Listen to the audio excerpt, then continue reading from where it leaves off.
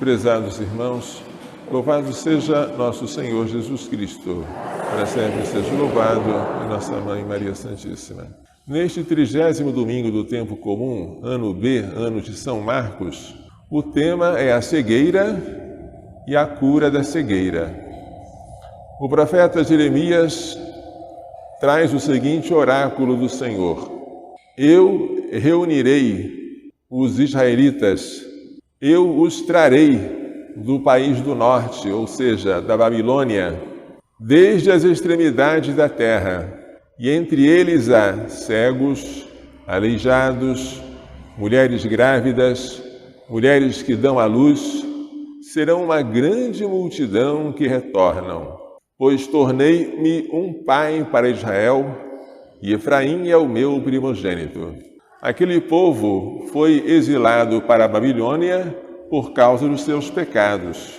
Agora o Senhor se compadece do seu povo e promete trazê-lo de volta para Jerusalém. Eles estão machucados, feridos, porque aquele exílio foi doloroso, mas o Senhor lhes promete trazer conforto. O Salmo 125 canta a alegria do retorno dos exilados. Quando o Senhor trouxe de volta, reconduziu os nossos cativos, parecíamos sonhar.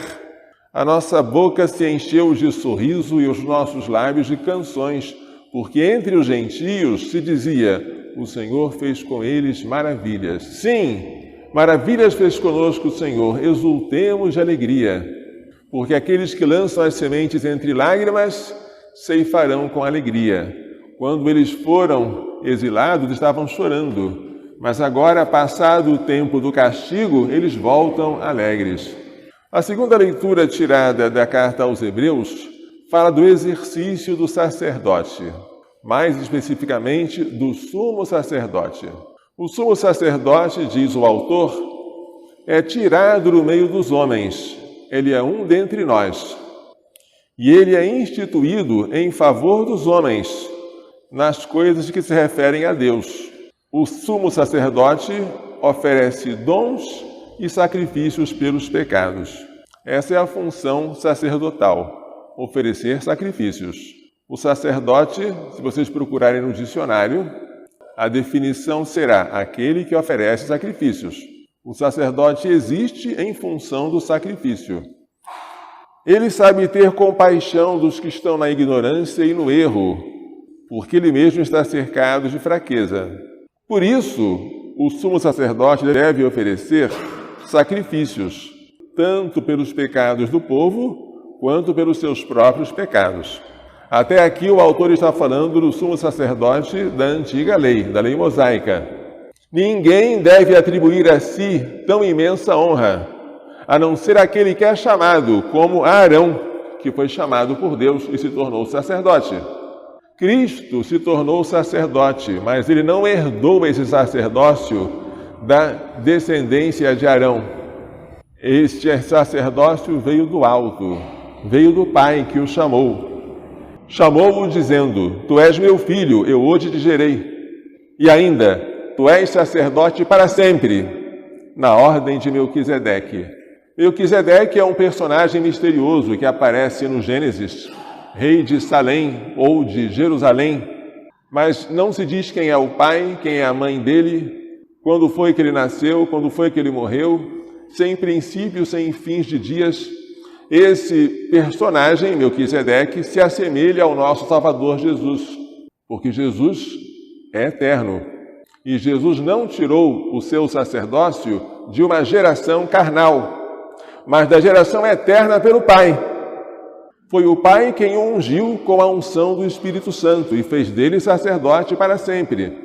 Porque a tribo a que Jesus pertence não é a tribo de Levi, de onde vinham os sacerdotes, mas a tribo de Judá, de onde não vinha nenhum sacerdote. Mas Jesus é sacerdote porque recebeu este sacerdócio não da ordem de Arão, mas da ordem de Melquisedeque. Não da lei de Moisés, mas do Pai. Jesus experimentou as nossas fraquezas, todas elas, menos o pecado, evidentemente. Por isso, ele sabe se compadecer de nós. E nós podemos ir a Ele e dizer: Senhor, cura-me. Cura-me da minha cegueira. A cegueira é um grande mal, porque a visão é o mais agudo, o mais penetrante dos sentidos. Curar a cegueira significa fazer enxergar a luz e aquilo que é iluminado pela luz. E há diversos tipos de cegueira. A pior delas é aquela que nós não reconhecemos. Alguém diz: você está cego, e você, ofendido, replica: eu? Eu não, eu estou enxergando muito bem. Mas, na verdade, você está cego, só que você não quer reconhecer a sua cegueira. E assim, cego, você se acostuma em não enxergar os seus próprios pecados. A sujeira acumulada com o tempo parece que se incorpora às paredes, às roupas, aos móveis, e você é tentado a dizer: essa parede sempre foi marrom. Não, ela é branca, mas a sujeira a tornou marrom, e você já se acostumou com a cor da sujeira. Quando você olha para o ar da sua casa, ele parece limpo, até que alguém abra a janela, porque a janela faz entrar a luz, e a luz faz ver a poeira em suspensão. Aí você, assustado, exclama: quanta sujeira neste ar que eu pensava que era puro. O Evangelho traz hoje Nosso Senhor saindo de Jericó e encontrando um cego chamado Bartimeu. Bar quer dizer filho. Bartimeu, filho de Timeu. Este cego pedia esmolas. E quando ele ouviu dizer que Jesus, o Nazareno, iria passar, o que foi que ele disse? Começou a gritar: Jesus, filho de Davi, tem piedade de mim. Mas os que estavam próximos dele, num primeiro momento, o repreendiam: fica quieto. Mas ele não se deixou intimidar. Gritou com mais força: Jesus, filho de Davi, tem piedade de mim. Aí Jesus mandou chamá-lo. Quando Jesus mandou chamá-lo, os seus companheiros o encorajaram: coragem, levanta-te, Jesus te chama. O cego jogou o manto. Esse jogar o manto simboliza despir-se do homem velho, porque tudo aquilo que o cego vai receber de Jesus assemelha-se a um ritual batismal. O cego, depois de jogar o manto, dá um pulo e vai até Jesus. Este pulo representa o salto que devemos dar do pecado para a graça quando somos batizados. É de fato um grande salto. De pecador, digno do inferno, para filho de Deus, herdeiro do céu. Que salto! Então Jesus lhe perguntou: o que queres que eu te faça? A pergunta não é sem sentido, porque há cegos que querem continuar cegos. E Jesus só vai curar os cegos que reconhecem a própria cegueira e querem enxergar. Que queres que eu te faça? O cego respondeu: mestre, que eu veja.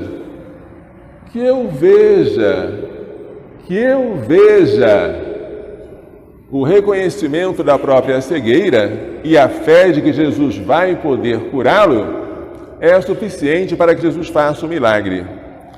Jesus disse: vai, a tua fé te curou. E no mesmo instante ele recuperou a vista, ou seja, ele foi iluminado. O batismo antigamente era chamado iluminação, e seguia Jesus pelo caminho. O batizado, agora tornado filho de Deus, é um discípulo de Cristo. Nós já fomos batizados. Acredito que os que estão aqui já receberam, quando criança ou em uma outra idade, o sacramento do batismo, que é o mais importante de todos para a nossa salvação. Mas pode ser que mesmo depois do batismo, nós não tenhamos vivido os compromissos do nosso batismo, de renúncia a Satanás, jogar fora o manto, as suas obras, as suas seduções, e não tenhamos vivido o compromisso de seguir Jesus pelo caminho, como fez Bartimeu. E pode ser que mesmo depois de termos recebido a luz da fé e da graça pelo batismo, nós tenhamos deixado nossos olhos se empoeirarem. de modo a não enxergarmos mais os nossos pecados. E isso, queridos irmãos, acontece muito e com muita gente. Vamos imaginar, você é cristão, você se gloria deste nome, com razão, mas você não sabia ou não dava tanta importância do fato que a mentira é um pecado. Até você aprendeu que mentira é pecado, mas você achava que em certas circunstâncias, para se livrar de uma dificuldade, para ajudar uma pessoa, uma mentirinha pequenininha era algo tão pequeno que nem precisava acusar numa confissão. Você não sabia, porque você era cego, que toda mentira, como diz o Padre Pio, sobretudo as pequeninas, são jaculatórias feitas ao diabo, que é o pai da mentira. A mentira contradiz a verdade, que é Cristo, e há uma contradição formal entre dizer a mentira e receber Jesus Cristo, que é a verdade. Você curou-se dessa cegueira, agora você não mente mais. Mas você continua falando coisas que, mesmo verdadeiras, difamam o seu próximo, porque você nunca se deu conta de que falar mal de alguém, mesmo que seja falar a verdade, pode ser um pecado. Nem todo mal precisa ser dito. Se você fala mal do próximo pelo prazer de falar mal, mesmo que aquilo que você fale não seja mentira, você está difamando o próximo. Se você fala palavras para ferir o seu próximo, mesmo que sejam palavras verdadeiras, mas você faz com a intenção de humilhá-lo, isso é um homicídio. Porque Jesus disse, todo aquele que se irritar contra o próximo será julgado. Aperfeiçoando o 5º mandamento, não matarás, Jesus diz que basta irritar-se com o próximo para responder diante de Deus pelo pecado contra o 5º mandamento. Você pensava que tinha um passado relativamente limpo, até que, fazendo um exame de consciência, você descobriu que tem um pecado grave que você nunca contou, por esquecimento, por não saber que era pecado ou por não ter tido a moção divina para contá-lo. Um exemplo, há na comunidade Shalom, lá em Fortaleza, uma missionária que escreveu um livro sobre o anjo da guarda. Essa missionária diz que, graças ao seu anjo da guarda, ela, ao fazer um exame de consciência e depois de percorrer a vida toda dela e parecer que já havia vasculhado todos os pecados, o anjo da guarda fez com que ela descobrisse um pecado gravíssimo que ela nunca havia confessado. Ela havia laqueado as trompas. E ela se assustou com a gravidade do pecado que ela nunca tinha confessado. Logo ela procurou um padre para se confessar, procurou um jeito de reverter a laqueadura, mas aquele pecado ficou escondido dentro dela e ela não pensava mais nele. Pode acontecer algum pecado assim, por causa da nossa cegueira. Por isso é muito importante falar como este cego falou: Senhor, que eu veja quanto é grande a sua misericórdia, mas também quão numerosos e quão graves são os meus pecados, para que a limpeza seja completa, para que não fique nada impedindo que um dia eu venha ver a Deus face a face. Os fariseus, Jesus dizia que eram cegos, mas essa era a pior cegueira, porque eles tinham olhos, mas não queriam ver. Permaneceram na cegueira até o ponto de condenar Jesus à morte. Nós somos filhos da luz, filhos do dia. Não somos da noite nem das trevas. Deixemos as obras das trevas. Façamos as obras da luz. Estejamos iluminados com as nossas lâmpadas acesas para quando o Senhor nos vier. Vamos pedir àquela mulher vestida de sol, àquela mulher luz, Maria Santíssima, e a São José, seu castíssimo esposo, que nos façam compreender e praticar todas essas lições. Louvado seja nosso Senhor Jesus Cristo, para sempre esteja louvado, e nossa Mãe Maria Santíssima.